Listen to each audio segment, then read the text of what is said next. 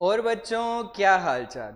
हमने change in PSR chapter start किया हुआ है जिसमें हमने वैल्यूएशन ऑफ गुडविल ये टॉपिक कवर कर लिया था। आज हम उससे रिलेटेड क्वेश्चंस की बात करेंगे, तो डायरेक्टली हम लोग चलते हैं क्वेश्चंस की तरफ। ठीक है, देखो चेंज इन पीएसआर में वैल्यूएशन ऑफ गुडविल जो टॉपिक हम कवर करते हैं, आगे एडमिशन, रिटायरमेंट, डेथ, तब तक ये कंटिन्यू ही रहता है। मतलब वैल्यूएशन ऑफ गुडविल है वो आगे के चैप्टर में भी अपने काम आएगा। 3 मेथड थे, हमने चेक कर लिया था। जिसने भी लास्ट वीडियोस कवर नहीं किए हैं पहले वो प्रीवियस वीडियो कवर करें ताकि उनको वैल्यूएशन के जो फॉर्मूलाज वगैरह है या कैलकुलेशन वगैरह है वो सब समझ में आ सके। ठीक है, चलो हम क्वेश्चन सॉल्व करते हैं। क्वेश्चन की तरफ बढ़ते हैं सीधा। A, B and C are partner sharing profit and losses equally. They agreed to admit D for equal share. For this purpose, goodwill is to be valued at 3 years purchase of the average profit of last 5 years which were as follows. देखो क्या लिखा हुआ है, हमें क्या करना है, last 5 year का एवरेज प्रॉफिट लेना है। क्या करना है बताओ, लास्ट 5 ईयर का एवरेज प्रॉफिट लेना है, फिर उसे number of year of purchase यानी 3 से मल्टीप्लाई करना है, तो अपने पास क्या आ जाएगी बताओ, गुडविल आ जाएगी। ठीक है, तो इस क्वेश्चन के अंदर गुडविल का क्या फॉर्मूला यूज हुआ, तो goodwill equal to average profit multiply by number of years of purchase. ठीक है, एवरेज प्रॉफिट अभी कैलकुलेट कर लेंगे। Number of year of purchase कितना है बताओ, 3 है। अपने को क्वेश्चन में 5 ईयर्स का प्रॉफिट गिवन है। फिर लिखा हुआ है on 1 October 21 a computer costing ₹40,000 was purchase and debited to office expense account on which depreciation is to be charge at the rate of 25% per annum. हमने क्या किया है, कंप्यूटर परचेज किया। जो कंप्यूटर है वो अपनी असेट है, असेट है तो हमें कहाँ नोट करना था, बैलेंस शीट में। ठीक है, फिर हमने उसे कहाँ पे नोट कर दिया, debited to office expense account, हमने उसे कहाँ पे लिख दिया, ऑफिस एक्सपेंसेस में। ठीक है ना, हमें लिखना कहाँ था, बैलेंस शीट में। लिख दिया कहाँ पे बताओ, P&L में। आइटम कौन सा है, कैपिटल। इसे ट्रीट कैसे कर लिया, रेवेन्यू नेचर की तरह ट्रीट कर लिया। चलो कोई बात नहीं। और उस पर डेप्रीशिएशन भी लगाना था लेकिन हम लगा नहीं पाए, क्यों, क्योंकि हमने उसे ऑफिस एक्सपेंसेस में नोट कर दिया था और डेप्रीशिएशन की रेट कितनी है, 25% पर एनम। ठीक है, तो ये एक पॉइंट है वो रेक्टिफिकेशन का है। हम लोग पहले पूरा कवर करते हुए चलते हैं। सबसे पहले एडजस्टेड प्रॉफिट निकलेगा। प्रॉफिट अपने को गिवन है 2018, 1019, 1020, 21 एंड 22, 1021, 1022। अपने को क्वेश्चन में ऑलरेडी क्या गिवन है बताओ, नेट प्रॉफिट। ठीक है, तो नेट प्रॉफिट कितना है, 60,000 प्रॉफिट। फिर उसके बाद में है 1,50,000, 60 के बाद 1,50,000। फिर 2020 में लॉस हुआ है 20,000 का, 20,000 का लॉस। फिर 21 में प्रॉफिट है 2 लाख का, एक प्रॉफिट। और 22 के अंदर 1,85,000 का प्रॉफिट। चलो ये अपने को क्वेश्चन में गिवन है ऑलरेडी। ठीक है, अब वापस एक बार पॉइंट समझते हैं। 1 अक्टूबर 21 को हमने एक कंप्यूटर परचेज किया और हमने उसे ऑफिस एक्सपेंस अकाउंट में नोट कर दिया। ठीक है, इसका मतलब पता है क्या हुआ कि जब हमने profit and loss account prepare किया तो यहाँ पे हमने लिखा 2 ऑफिस एक्सपेंस और उसमें 40,000 अमाउंट नोट कर दी। ये किसकी थी बताओ, अमाउंट कंप्यूटर की थी। ठीक है, हमें इसे प्रॉफिट में से क्या करना पड़ेगा, हटाना पड़ेगा। क्यों हटाना पड़ेगा, क्योंकि ये मिस्टेक है, इसका रेक्टिफिकेशन करना पड़ेगा। चलो ठीक है, इसको यदि हम यहाँ से हटा देते हैं तो अपना प्रॉफिट इंक्रीज होगा या डिक्रीज होगा। एक बार खुद सोचो कि एक्सपेंसेस यदि कम होंगे तो प्रॉफिट ऑटोमेटिक क्या होगा बताओ, इंक्रीज होगा। ठीक है, तो इसे हमें क्या करना पड़ेगा बताओ, प्लस। कौन से ईयर में प्लस करेंगे, देखो कब परचेज किया था, 1 अक्टूबर 21। इसके बाद हमने फाइनल अकाउंट कब बनाए होंगे, हमने बनाए होंगे 31 मार्च 22 को। इसका मतलब ये जो 2022 है ईयर एंड जहाँ पे हो रहा है उसमें हमें नोट करना है 40,000। ठीक है, चलो तो पहले इसकी नोटिंग का काम कंप्लीट कर देते हैं। यहाँ पे प्लस हो जाएगा, plus computer treated as office expense, और अमाउंट कितना है 40,000। अब हमें क्या चार्ज करना है बताओ, डेप्रीशिएशन। डेप्रीशिएशन क्या किया जाता है, माइनस किया जाता है, तो यहाँ पे माइनस हो जाएगा डेप्रीशिएशन।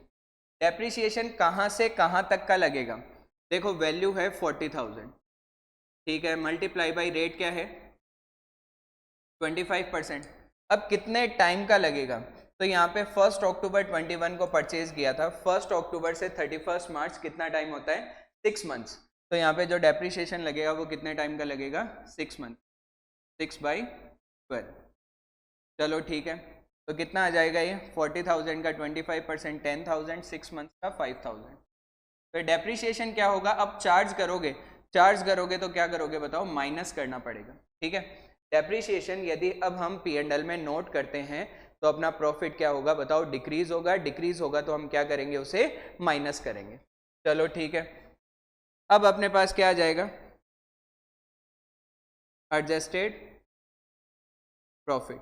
क्या आ जाएगा अपने पास में, एडजस्टेड प्रॉफिट 2018 में 60,000, यहाँ पे 1,50,000, नेक्स्ट ईयर में लॉस हो गया 20,000, ठीक है, यहाँ पे 2 लाख का प्रॉफिट, और इसमें 220,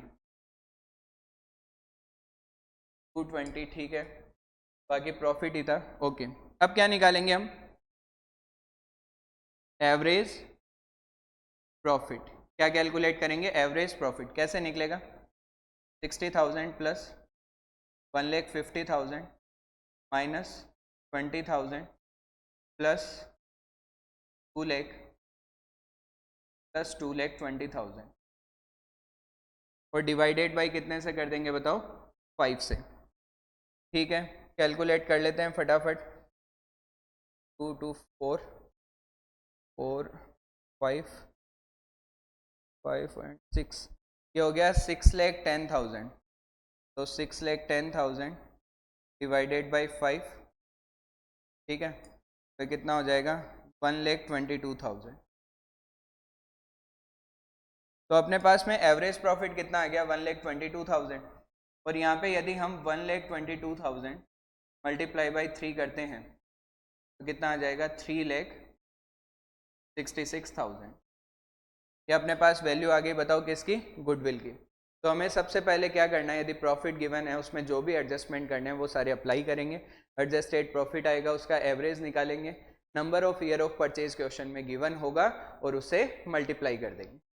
चलो ठीक है, आगे बढ़ते हैं। देखो एक और क्वेश्चन देखते हैं, वो सिंपल एवरेज का था, ये हम लोग चेक कर रहे हैं वेटेड एवरेज का, ठीक है। तो देखो, calculate the value of goodwill on the basis of 3 years purchase of the weighted average profit of the last 5 year. हमें क्या करना है बताओ, लास्ट 5 ईयर का वेटेड एवरेज प्रॉफिट निकालना है, से 3 से मल्टीप्लाई करना है, तो अपने पास में किसकी वैल्यू आ जाएगी बताओ, गुडविल की वैल्यू आ जाएगी, ठीक है ना। गुडविल निकालनी है तो पहले वेटेड एवरेज प्रॉफिट निकालेंगे, उसे मल्टीप्लाई बाई 3 करेंगे, अपने पास में गुडविल आ जाएगी। चलो ठीक है, तो इसमें गुडविल का अपना फॉर्मूला है वो लिख लेते हैं। तो goodwill equals to weighted average profit multiply by number of years of purchase, ठीक है, और number of years of purchase कितना गिवन है बताओ, 3। अब अपने को केवल क्या कैलकुलेट करना है, वेटेड एवरेज प्रॉफिट कैलकुलेट करना है। चलो ठीक है, अपने को यहाँ पे प्रॉफिट गिवन है 5 ईयर्स का। अच्छा, उससे पहले यहाँ लिखा हुआ है प्रॉफिट टू बी वेटेड 1 2 3 4 5। हमें ऑलरेडी पता है जो सबसे पुराना साल है उसे 1, फिर 2, फिर 3, फिर 4, फिर 5, ऐसे ही अपने को वेट देना होता है, ठीक है। The greatest weightage to be given to last year, मतलब जो लेटेस्ट ईयर है उसे हम ज़्यादा वेटेज देंगे, मतलब 2019 को 1, फिर 2, फिर 3, 4 और 5। यहाँ पे 2 पॉइंट अपने को प्रॉफिट के आगे बताए हुए, 2 एक्स्ट्रा पॉइंट भी नीचे लिखे हुए हैं, ठीक है। हमें इन सब का क्या करना पड़ेगा, एडजस्टमेंट। तो सबसे पहले कौन सा प्रॉफिट निकलेगा बताओ, एडजस्टेड प्रॉफिट। तो सबसे पहले एडजस्टेड प्रॉफिट, और ईयर 31 मार्च 2019 से स्टार्ट है, 2019 2020, 2021, 2022 एंड 2023। ये अपने ईयर्स हो गए, ठीक है। सबसे पहले क्या नोट करेंगे बताओ? Net profit. तो यहाँ पे लिखेंगे नेट प्रॉफिट। नेट प्रॉफिट बताया हुआ है क्या क्वेश्चन में? ऑलरेडी अपने को गिवन है 80,000 इन 2019, क्या आ गया 80,000, ठीक है। फिर लिखा हुआ है 1,05,000, आगे का जो पॉइंट अभी कंसिडर करेंगे। फिर नेक्स्ट लिखा हुआ है 20,000 का लॉस। लॉस के लिए हमें माइनस का साइन लगाने की ज़रूरत नहीं होती है, हम ब्रैकेट यूज़ करते हैं। फिर है प्रॉफिट 180 और फिर कितना है प्रॉफिट 2 लाख। चलो ठीक है, यहाँ तक हो गया अपना, नेट प्रॉफिट आ गया। अब अपने को जो पॉइंट दिए हुए वो देखते हैं। तो देखो 2020 के आगे लिखा है after considering abnormal loss of 41,500। तो अबनॉर्मल लॉस को हम क्या करते हैं, हमेशा प्लस कर देते हैं उसको हटाने के लिए। तो अबनॉर्मल लॉस, तो अबनॉर्मल लॉस है 41,500 2020 में, 41,500। चलो ठीक है। फिर है 2021 में 20,000 लॉस है। फिर लिखा है after considering abnormal gain of 40,000। Abnormal gain है, अबनॉर्मल गेन को क्या करना होता है बताओ? माइनस। अबनॉर्मल गेन अमाउंट कितनी है? 40,000। ये सब चीज़ें मैं आपको लास्ट वीडियो में एक्सप्लेन कर चुका हूँ, ठीक है, कि क्यों प्लस करते हैं, क्यों माइनस करते हैं। चलो आगे बढ़ते हैं। तो अपने जो यहाँ पे पॉइंट दिए हुए थे प्रॉफिट और लॉस के आगे, वो हमने कंसीडर कर लिए हैं, कवर कर लिए। अब यहाँ पे आते हैं, books of account of the firm revealed that. First point क्या लिखा हुआ है देखो, क्लोजिंग स्टॉक एज एट 31 मार्च 2019, यहाँ की ये बात कर रहे हैं, ठीक है। 2019 वॉज ओवर वैल्यूड बाई 40,000।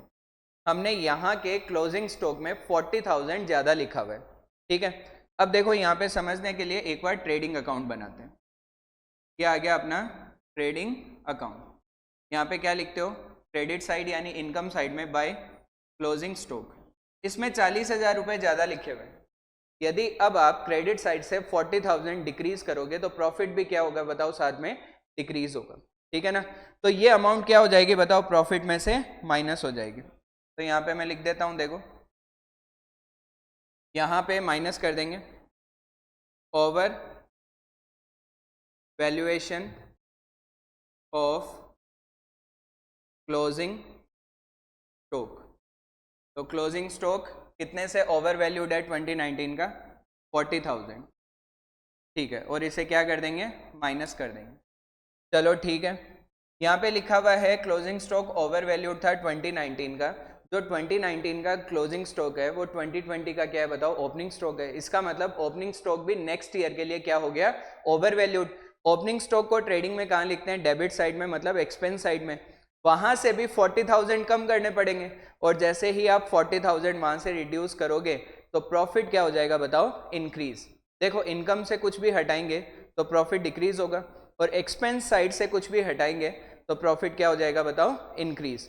तो नेक्स्ट ईयर में भी इसका इंपैक्ट देना है। यहाँ पे हम लोग लिखेंगे plus over valuation of opening stock, opening stock and amount is 40,000। तो 2020 में 40,000 क्या हो जाएंगे बताओ? ऐड हो जाएंगे। चलो ठीक है, फर्स्ट पॉइंट हो गया। सेकेंड, रिपेयर टू मशीनरी 60,000 पर wrongly debited to machinery account. क्या कहना चाह रहा है? हमने रिपेयर के एक्सपेंसेस किए, तो हमें लिखना कहाँ था बताओ? P&L अकाउंट में टू रिपेयर करके लिखना था, और हमने उसमें उसको कहाँ पे ऐड कर दिया? मशीनरी की वैल्यू में ऐड कर दिया। चलो ठीक है, अब मशीन से हटा के P&L के डेबिट में नोट करेंगे तो अपना प्रॉफिट क्या होगा बताओ? डिक्रीज होगा। कोई भी एक्सपेंसेस आप नोट करोगे तो प्रॉफिट क्या हो जाएगा? डिक्रीज हो जाएगा। चलो ठीक है। फिर लिखा हुआ है ऑन 1 जुलाई 21, ठीक है। Depreciation was charge on machinery at the rate 20% per annum on diminishing balance method.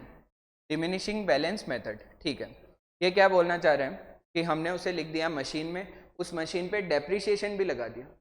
इसका मतलब इस रिपेयर के अमाउंट पे भी क्या लग चुका है बताओ, डेप्रिसिएशन लग चुका है। तो अपने को इसे रिपेयर में तो नोट करना है, मतलब P&L में तो नोट करना है, और क्या करना है बताओ, साथ में हमें डेप्रिसिएशन को हटाना है। डेप्रिसिएशन हटाओगे तो प्रॉफिट क्या हो जाएगा बताओ, इंक्रीज हो जाएगा। ठीक है, कैसे ट्रीट करना है देखो, मैं यहाँ पे नोट कर रहा हूँ तो अभी आपको समझ में आ जाएगा। तो सबसे पहले हम क्या करें, रिपेयर को नोट करते हैं, माइनस करते हैं, देखो रिपेयर। अब यहाँ पे एक बार चेक करो आप, यहाँ पे डेट क्या है, 1 जुलाई 21। 1 जुलाई 21 के बाद में फाइनल अकाउंट कब बनाए होंगे, 31 मार्च 22 को, यानी कि यहाँ पे, तभी तो अपन ने ये किया था। ठीक है, तो रिपेयर कितना अमाउंट का था, 60,000। तो अब यहाँ पे हम नोट कर देंगे 2022 में 60,000 और ये हो जाएगा माइनस। चलो ठीक है, अब क्या होगा, डेप्रिसिएशन को प्लस करना है, प्लस डेप्रिसिएशन। ठीक है, डेप्रिसिएशन को अलग से एक बार कैलकुलेट कर लेते हैं। देखो 31 मार्च 22 को डेप्रिसिएशन कितना लगा होगा, 31 मार्च 22 वैल्यू कितनी है, 60,000 मल्टीप्लाई बाई रेट कितना है बताओ, रेट गिवन है 20%, तो 20/100।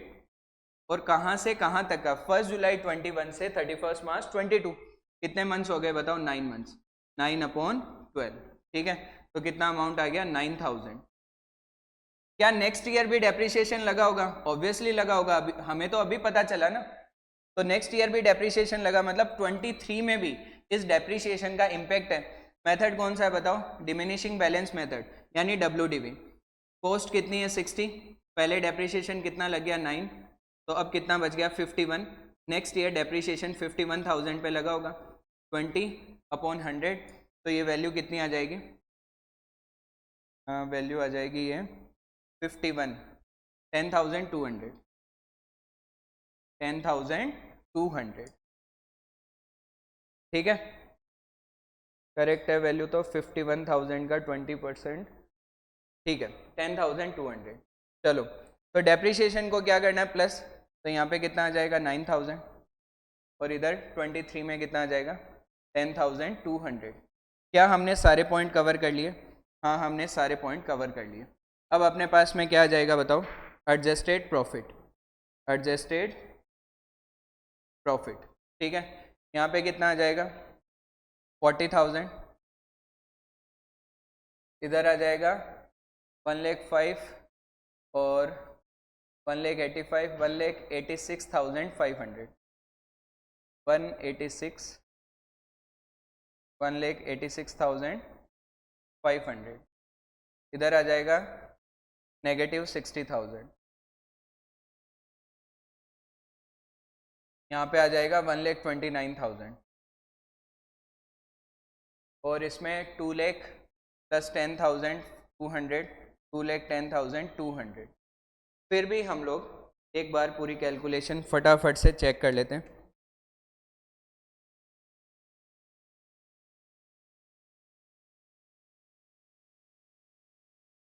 फटाफट चेक कर लेते हैं ताकि कोई मिस्टेक नहीं रह जाए। यहाँ पे 80 - 40 40, 1,05,000 प्लस 41,500 प्लस 40,000, 186,500, इसमें 129। ठीक है, अब क्या करना है अपने को बताओ, इन सबको देने वेट्स, क्योंकि वेटेड एवरेज प्रॉफिट निकालना है, तो इन सबको वेट्स देने। वेट क्या रहेंगे, 1 2 3 4 5, ये अपने क्या आ गए बताओ, वेट्स आ गए। अब अपने को क्या करना है, प्रोडक्ट निकालना है। प्रोडक्ट कैसे आएगा बताओ, average profit multiply by wait, तो ये कितना आ गया 40,000। ठीक है, 186,500 मल्टीप्लाई बाई 2, 3,60,000, 373, 3,73,000, ये आ गया -1,80,000, ये आ गया 129, 5,16,000, 10,51,000। और इन सबको अपने को क्या करना है, प्लस करना है। ठीक है, कैलकुलेशन कर लेते हैं। 40,000 इंटू 1, 1,86,500 मल्टीप्लाई बाई 2, 373 और 60,000 मल्टीप्लाई बाई 3, फिर आ गया 1,29,000 मल्टीप्लाई बाई 4, फिर है 2,10,200 मल्टीप्लाई बाई 5 और टोटल आ गया 18 लाख। ठीक है, तो हमें क्या चाहिए? वेटेड एवरेज प्रॉफिट का फॉर्मूला क्या है, यहाँ पे लिख रहा हूँ मैं। Weighted average profit equal to sum of product divided by sum of weights. ठीक है, तो प्रोडक्ट का टोटल करना और वेट का टोटल करना। ठीक है, प्रोडक्ट का टोटल है अपना 18 लाख और वेट्स का टोटल कितना है 15, तो डिवाइडेड बाय 15, तो ये कितना आ जाएगा 1,20,000 डिवाइडेड बाय 15, 1,20,000। ठीक है, तो अपने पास में वेटेड एवरेज प्रॉफिट कितना आ गया 1,20,000 और 1,20,000 मल्टीप्लाई बाई 3 करेंगे, कितना आ गया बताओ 3,60,000। ये 360 अपने पास क्या आ जाएगा बताओ, गुडविल। ये अपना था वेटेड एवरेज प्रॉफिट मेथड। ठीक है, तो हमने सिंपल एवरेज का क्वेश्चन भी कर लिया और हमने वेटेड एवरेज का क्वेश्चन भी कवर कर लिया। चलो ठीक है, और कोई क्वेश्चन है तो प्रैक्टिस कर लेते हैं। देखो अगला और कर लेते हैं। ये कौन सा है, सुपर प्रॉफिट। देखो, a firm earned a profit of 80, 1 lakh, 120, 180 during 10, 11, 11, 12, 12, 13, 13, 14 respectively. The firm has capital invested ₹5 lakh. Capital कितना लगा रखा है 5 लाख रुपए का। A fair rate of return on investment is 15% per annum. इसी को नॉर्मल रेट ऑफ रिटर्न बोलते हैं।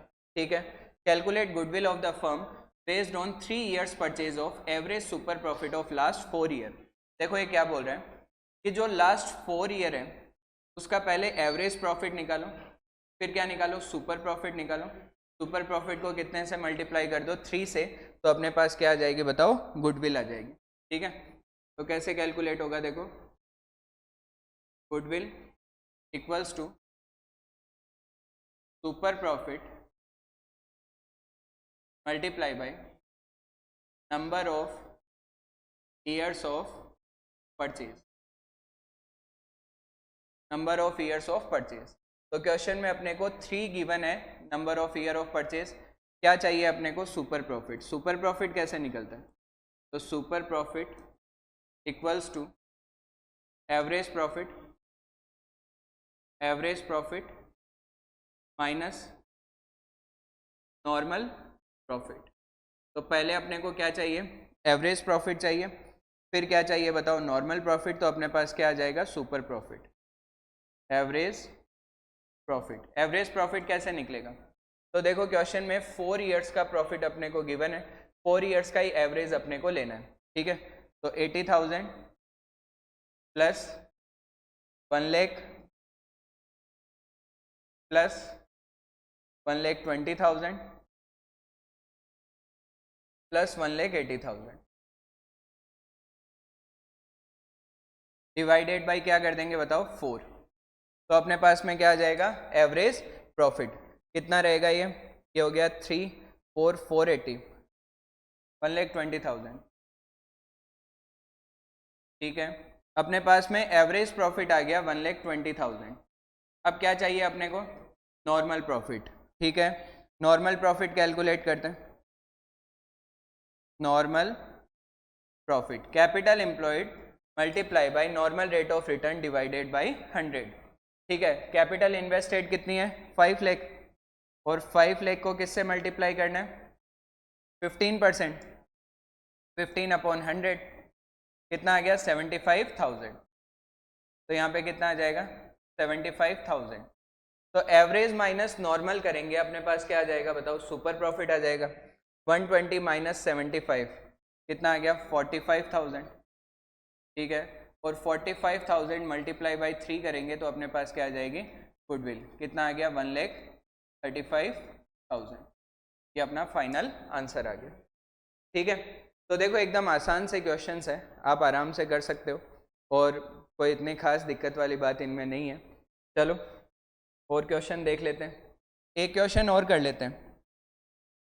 तो इसमें लिखा हुआ है on 1 April 22 a firm had asset of ₹1 lakh excluding stock of ₹20,000।